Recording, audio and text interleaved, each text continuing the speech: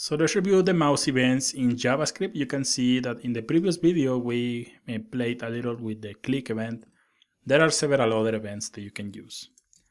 So we're gonna add mouse events, and we're gonna add we're gonna create the variables. First, I'm gonna create a variable called heading. It's going to select query selector heading. Then we're gonna create another one called links. It's going to be the navigation, so we're gonna use document query selector, and we're gonna select the first navigation. And finally, we're gonna create another variable for the clear cart btn. It's going to be document query selector and then clear cart. So like this. We can test that everything is working just by sending these values to the console. So console.log. And we're gonna add the links and also the clear cart btn. So you can see that everything is working. So we're gonna remove this. And I'm gonna create a function here on the bottom. Function print event. Then we're gonna pass the event right here.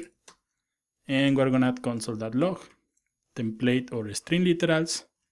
The event is, and then we're gonna add the $sign, open and close the curly braces, and we're gonna add e type.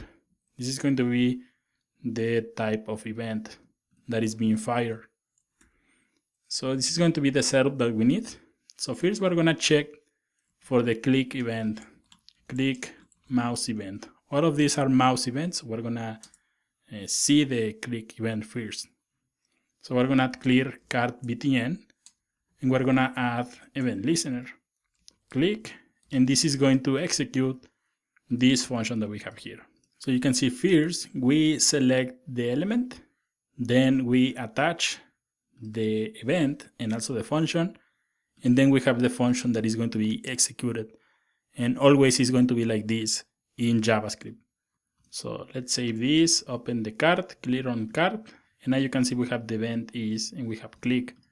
If we send this value to the console, console.log e, remember that normally you will find this as e, ebt, or event.